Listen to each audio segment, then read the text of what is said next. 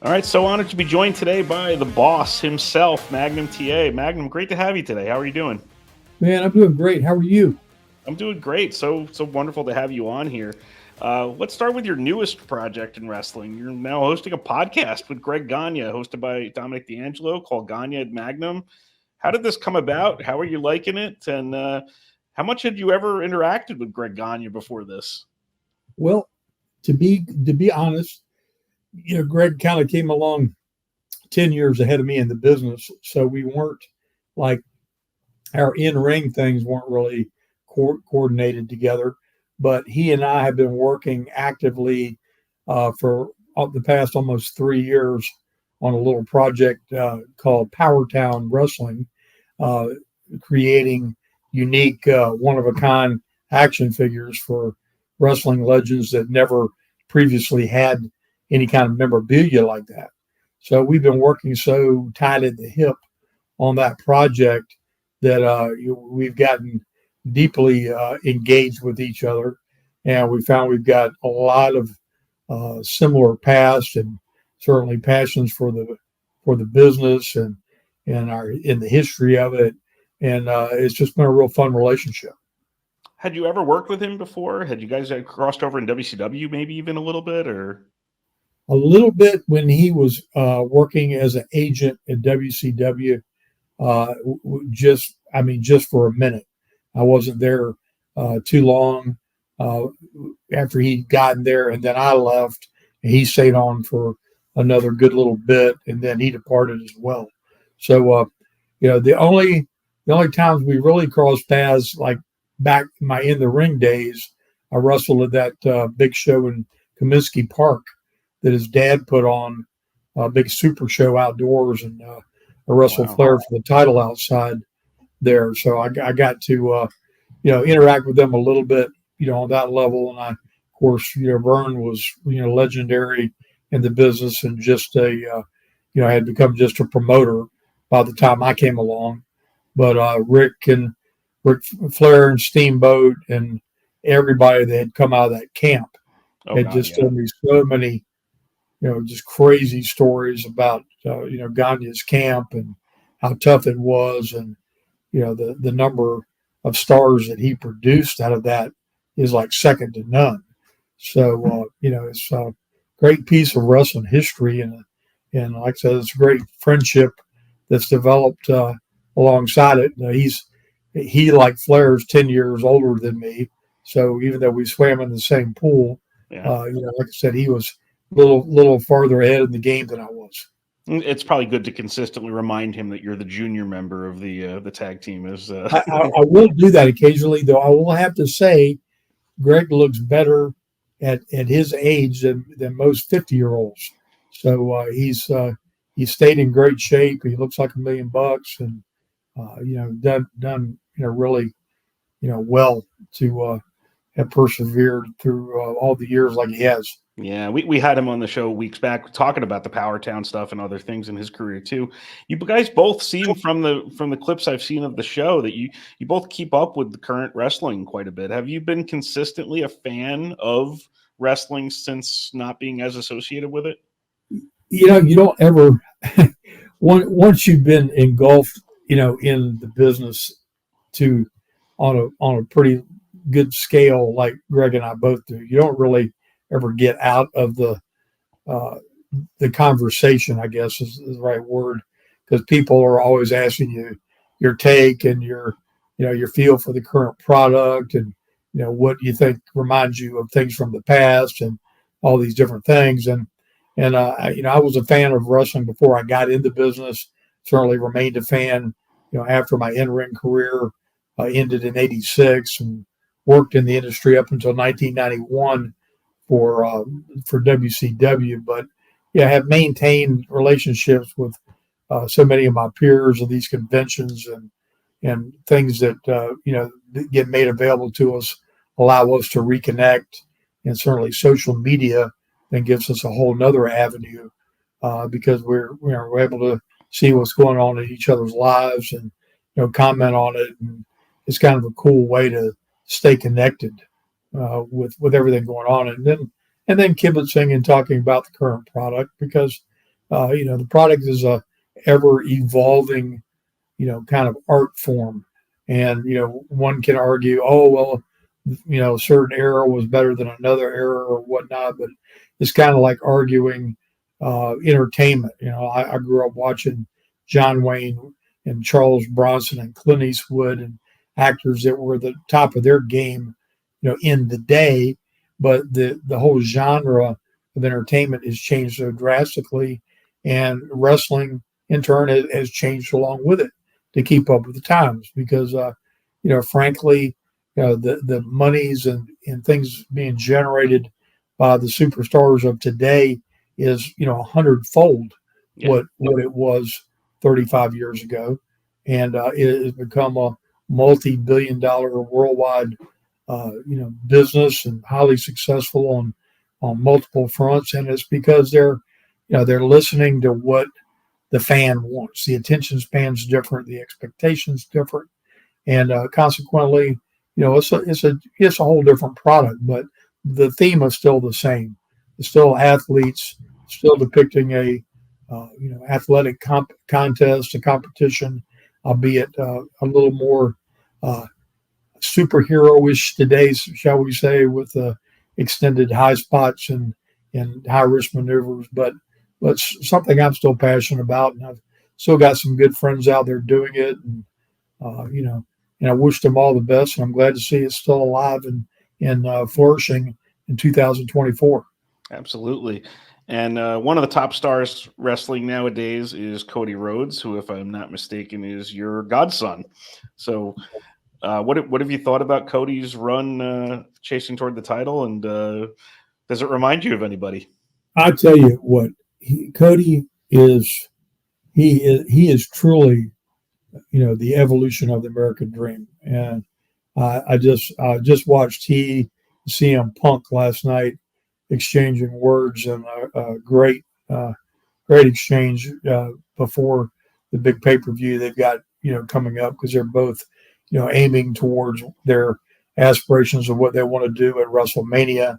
And Cody is constantly made himself better, recreated himself, evolved into, this character that he is today, which I think he is the epitome of everything you could ever want in a babyface character today. Though I know, there's people cringe, when you say baby faces and heels, but it's still the naming conventions that us old school guys are accustomed to.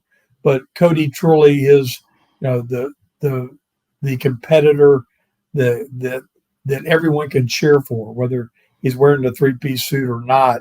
He's still the kind of the underdog story, trying to go back, recapture a dream that was started by his father that was never realized, and that he never became, a WWF at that time world's champion. And Cody certainly has the opportunity at his age and being at the top of his game to achieve that in his career. And I think that story is not completed. Will it be completed at WrestleMania? No, I can't really speak to that. I don't have any insider knowledge. I think it's going to be highly difficult today, looking at the Rock's now connection with TKO and the promotion, and being back in front of the cameras. I can't help but think he and Roman Reigns would be center stage at WrestleMania. But until it happens, I guess we'll all be waiting to see. There's a lot of hooks to get you to watch, because there's a lot of different directions can go in. And the cool thing about we're recording this on 1-2-3 of all days, January 23rd. Good day for a wrestling podcast. But Punk and Cody going back and forth last night. It's that they're really drawing you in with the words, which is something in your generation. You were excellent. You looked really cool, as for me watching as a kid, but you were absolutely great on the mic. Is there anything you would tell wrestlers looking to find their voice on the mic, or did that really just kind of come naturally to you? It seemed very natural in the finished product. It took me a real solid 6 months of trying to figure out who Magnum TA was, who the character was, for me to kind of make that my own. And today, in today's time, of course, there's writers and creative people that are, influencing heavily, all the content that we're seeing on TV. Somehow in your headspace there's got to be something about this character you're portraying that is like some huge personification of something in your inner self. Because if you can't make yourself relay the words with passion and the fact that you believe what you're saying, so you can convey that same sentiment and feel to the audience you're speaking to, I don't think you'll ever really move the needle. There's been a lot of guys that can speak and speak well and rattle off words, but being able to appeal to people and tug on their heartstrings and find something that they can relate to in their own lives, and so that they're then living vicariously through you the struggle and the challenge that you're speaking to and speaking of. That's what sucks them in. And it's even, they can say, oh, well, it's hard to do today because kayfabe's broke. But if you go to see a movie and there's some great lines delivered in that movie that move you and impact you, it's a movie and somebody actually wrote those words for that actor that's portraying it. But if something is done so well that you get out of your own head and become part of what's going on with those individuals, and it moves you somehow emotionally like that, that's the key. And I don't know that there's a class that can teach that. I know Dusty, when he had the work down there with NXT, he didn't even call it like a wrestling class, or he calls it like a drama class. He was teaching these kids how to find themselves. And I remember him talking to me about working with Ashley after her brother had passed and helping her find her voice and find her way to, bring out that character.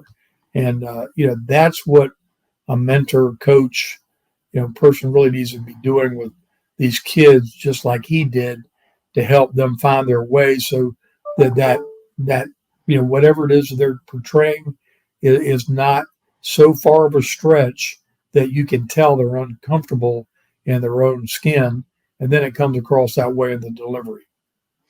What was it like the first time you met Dusty Rhodes? It was bigger than life. It was kind of surreal. I'd only seen Dusty perform a few times when he came into the Mid-Atlantic territory when I was a teenager, watching wrestling.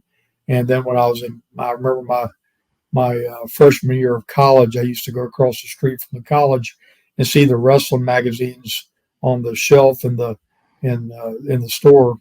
And he would always, I'd see him and the superstar Billy Graham and Bruno and different guys from New York, on the front of the magazines. And I was thinking to myself, what an unlikely looking guy when I was naturally drawn to, the guys like Steamboat and Snuka and these guys that had, these amazing physiques, superstar Billy Graham, though I hadn't seen superstar work.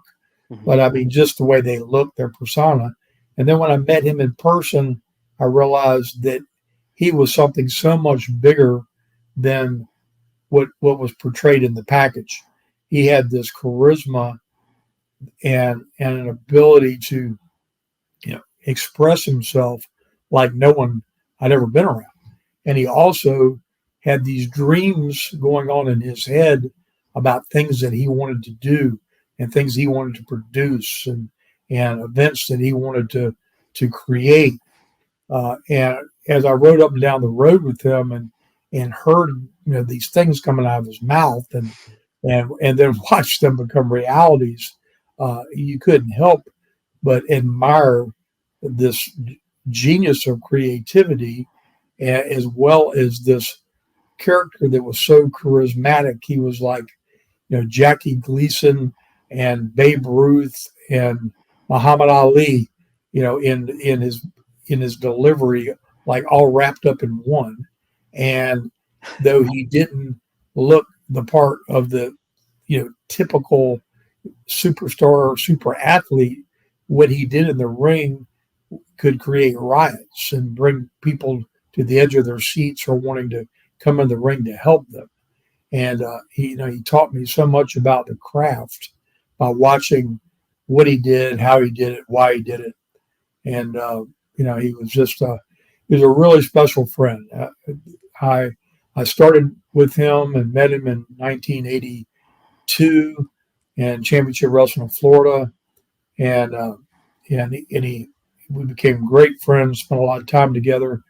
And when I got the opportunity to go to work for Mid-South for Bill and take on the Magnum TA persona, when I saw Dusty cheering me on as my career was starting to blossom and I was starting to get opportunities, and then when Dusty went on to become the booker, the lead creator for what was going on in the Crockett organization, and the work we did there together was like second to none. And so he backed me, he believed in me, he thought I could do anything under the sun that he could dream up, and I did my darndest to live up to that. And he was just as big a good a friend to me after the accident, after I was no longer able to be front and center and be the quarterback for the team, so to speak, as he liked to call me. Our friendship remained solid right up to the day we lost him. That's fantastic. Just backtracking a little bit, you mentioned the Magnum TA persona in Mid-South. One of the things about your Dark Side of the Ring episode that fascinated me was that name came from Andre the Giant, thinking that you looked like Tom Selleck, if that's accurate. Did you agree that you looked like him, and what was your initial reaction? Well, first of all, I don't know if you ever got to spend time with Andre. Nope. But if you didn't, he wasn't someone that you really wanted to have a disagreement with.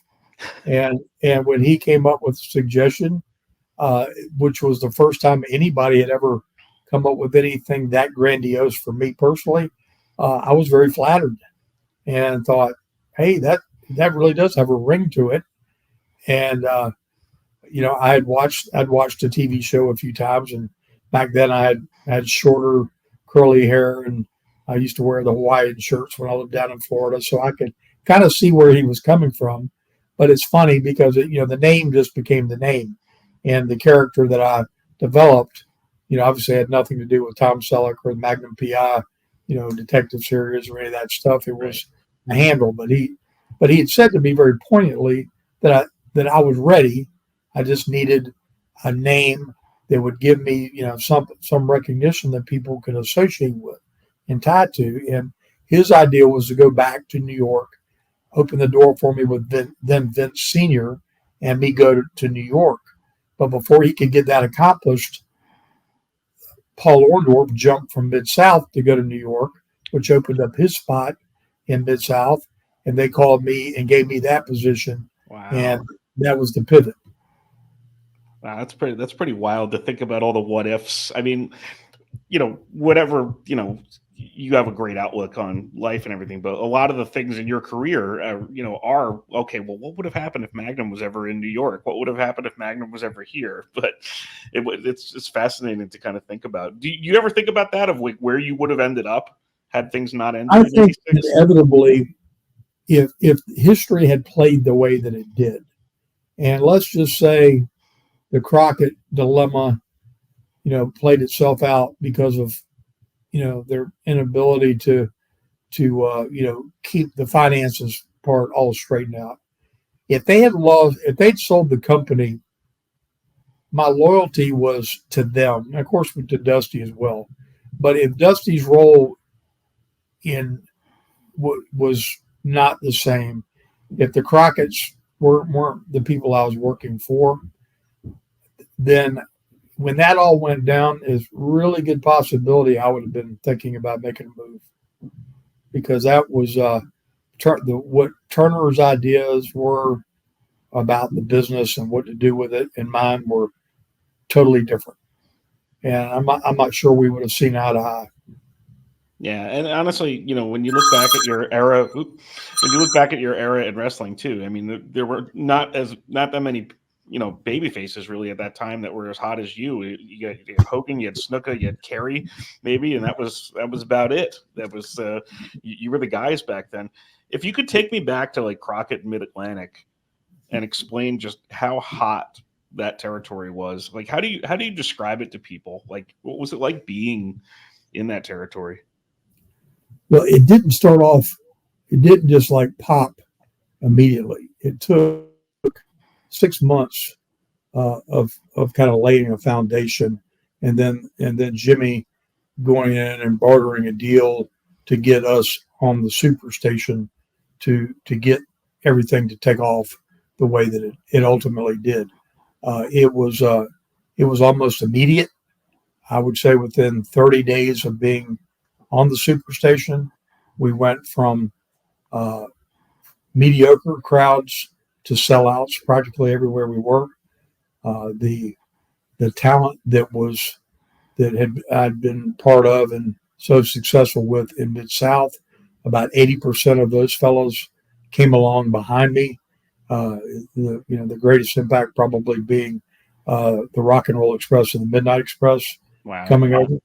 And when Ricky and Robert came on, very first thing Dusty put them on a syndicated program against the Russians for the world the world tag team titles, and had the whole segment allocated for that match, and they won the world titles on the TV show, which was unheard of back in that day.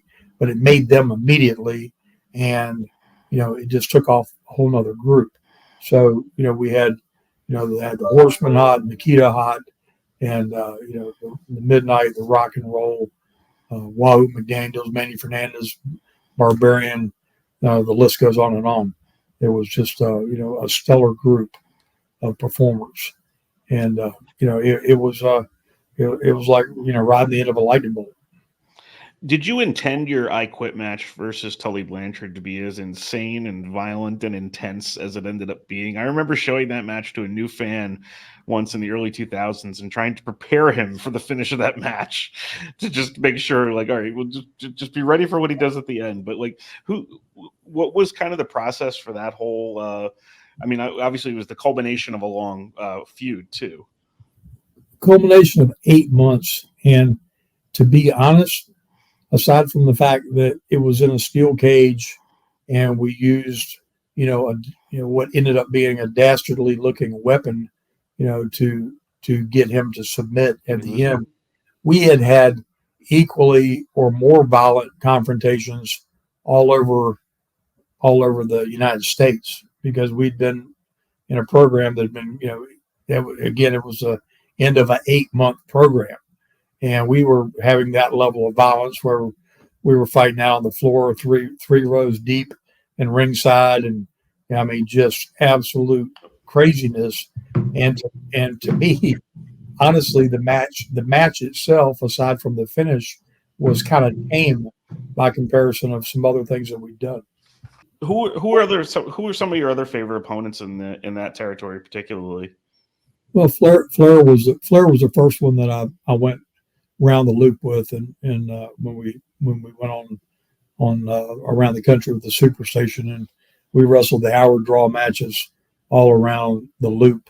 I think it was like 19 total in a month that we did, and kind of we're trying to showcase the markedly difference between the WWE, who is more aimed at just the sheer entertainment perspective, and we were still trying to depict a hardcore, serious competitive type, wrestling match. So it was different content, and so I got to do that with him, followed by Tully, and then kind of the highlight reel for me was the best of seven series with Nikita, Yeah. because he was a young guy. Uh, he had been in the business maybe a year and a half or something, and for to have the body of work that he and I had with his relative inexperience at the time, to me really stood up and made me feel like we had reached a pinnacle that I was trying to be at, so that in the event I had the opportunity to wrestle with the world title, I could wrestle with all different caliber of athletes.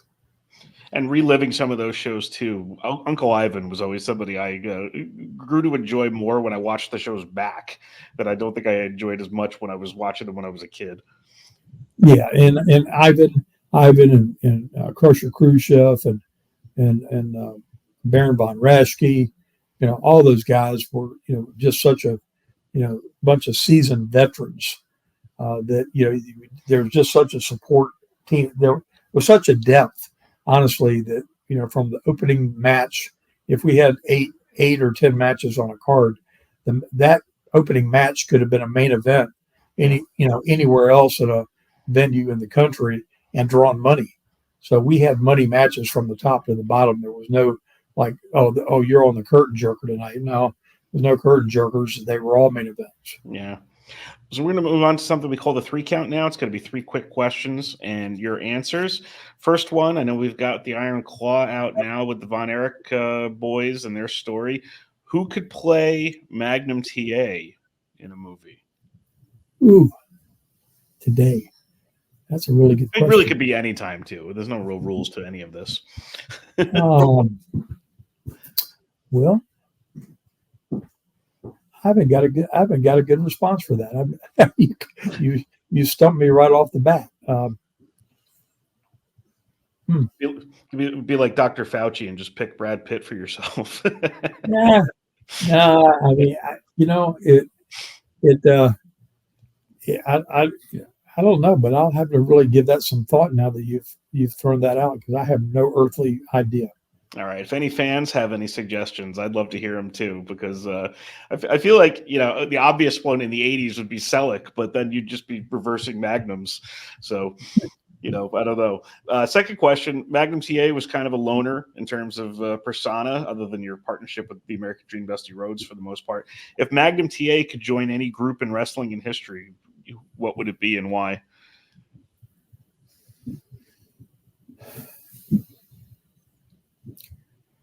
It would have probably been something really outrageous, like the Outsiders, like Hall and Nash when they came to WCW, because it would have to be like a fringe group, small group, rather than some big established thing. It could have grown into something bigger, but I was kind of that fringe guy, like Stone Cold before the Attitude Era, and anti-authority, right?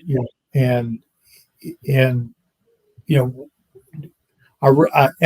my journey progressed, though I could do all the scientific wrestling maneuvers, I enjoyed the brawls way more than I did doing tackles and drop kicks and leapfrogs and the neoclassical babyface type things.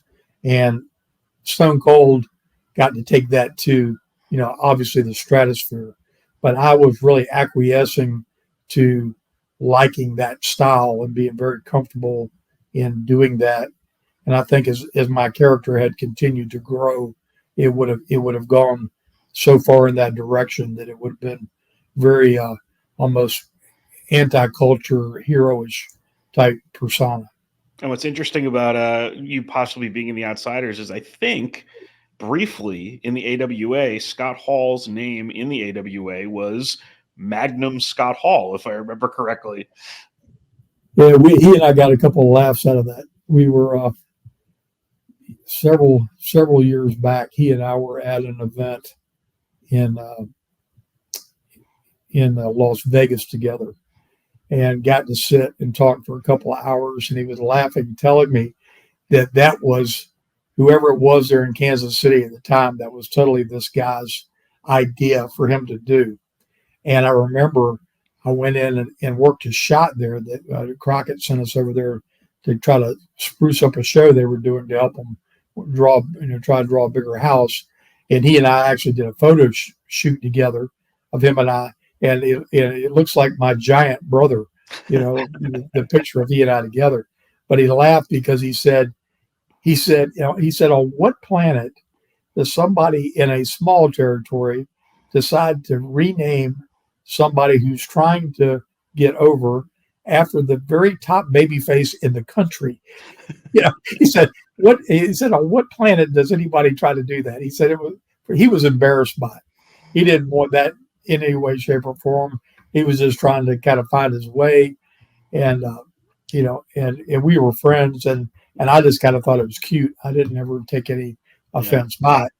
But for him, he thought it was very awkward and really not well thought out. That's great. Third question could play into this. I don't know. Who's got the best mustache in pro wrestling that does not belong to Magnum TA? And who said that? No, I had the best mustache. Who's got the best one that isn't other than you? Oh, other than me. Well, Rick Rude had a great mustache. Yeah. Jake Roberts had a great mustache. I would say those two. Yeah. Both of them.